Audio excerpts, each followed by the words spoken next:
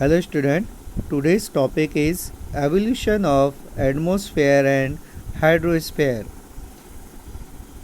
There are three stages of the formation of the atmosphere. यानी कि आज का जो हमारा जो टॉपिक है वो एटमॉस्फेयर और हाइड्रोस्फेयर का किस तरीके से निर्माण हुआ है। तो सबसे पहले हम एटमॉस्फेयर यानी कि जो हमारे चारों ओर का जो वातावरण है उसके बारे में पढ़ेंगे कि किस तरीके से उसका निर्माण हुआ है।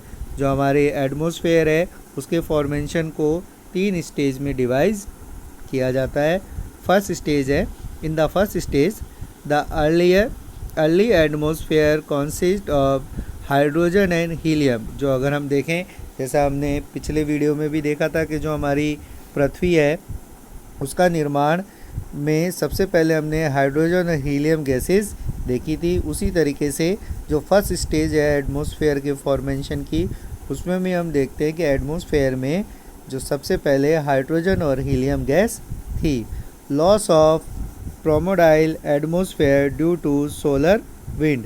धीरे धीरे जैसे जैसे सोलर विंड यानी कि जो सौर ऊर्जा जो हवाएं चली उसके कारण ये धीरे धीरे ठंडा होने लगा। जो हाइड्रोजन है और हीलियम है वो गैस वहाँ से जाने लगी।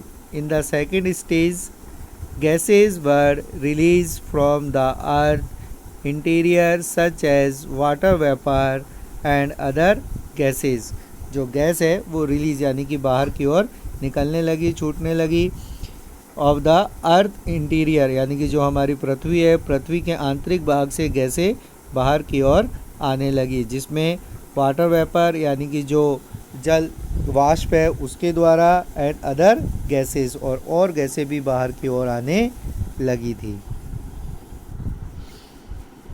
Second stage gas were release from the earth interior such as water vapour and other gases. जैसा कि हमने देखा जो सेकेंड स्टेज है एटमॉस्फेयर के फॉर्मेशन की, उसमें जो कुछ गैसेस हैं वो अर्थ के इंटीरियर लेयर से बाहर की ओर आने लगी, जिसमें देयर वर वाटर वेपर्स यानी कि जो वाष्प कण है उसके द्वारा nitrogen, carbon dioxide, methane, ammonia and little free oxygen, ये सारी जो गैसेस हैं वो हमारी जो अर्थ है उसके इनर लेयर से बाहर की ओर आने लगी।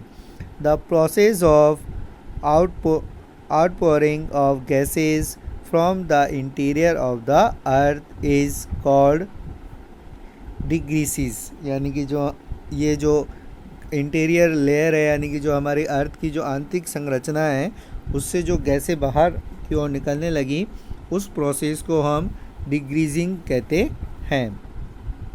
वॉल्केनिक एक contribution of the water vapour and C2O, then C2O dissolve in the rain water and convert into acid rain।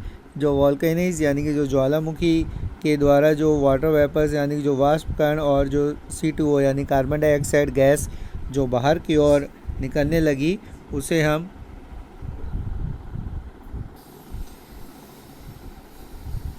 contribution the water vapor and CO2, the CO2 dissolve in the rain water and convert into acid rain।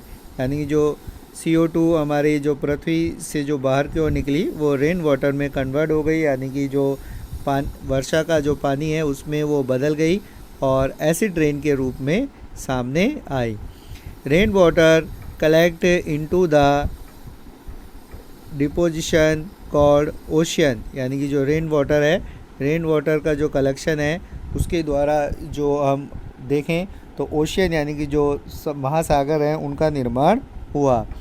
The ocean were formed about 4000 million years ago. जो oceans हैं यानी कि जो हमारे समुद्र हैं वो लगभग 4000 लाख साल पुराने बने हुए हैं।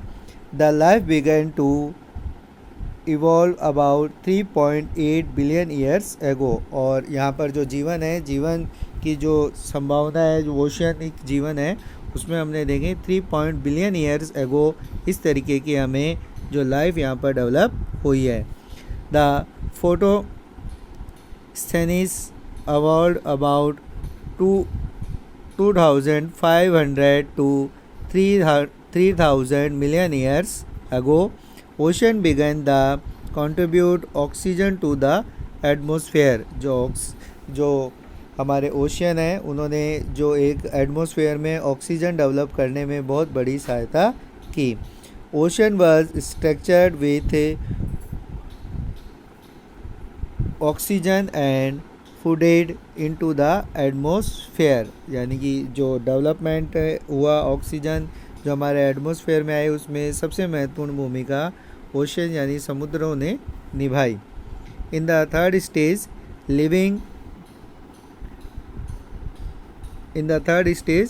the living organisms change the composition of the atmosphere due to the photosynthesis. यानी कि जो हमारे लिविंग जो ऑर्गेनिज्म यानी कि जो जीव जंतु हैं उन्होंने जो अलग अलग तरीके से जो एटमॉस्फेयर है उसका जो कॉम्बिनेशन है उसमें एक अलग डिफरेंट जो एटमॉस्फेयर बनाना चालू किया.